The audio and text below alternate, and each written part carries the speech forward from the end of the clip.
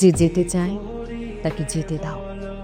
আর কে কি লাভ, সে তো অন্য পথের প্রতীক। প্রস্থান আবশ্যিক, প্রান্তিক প্রহরীর মতো। যে থাকতে চায় তাকে আগলে রেখো হৃদয়ের করিডোরে। সবটুকু উজাড় করে আপন সীমানায়।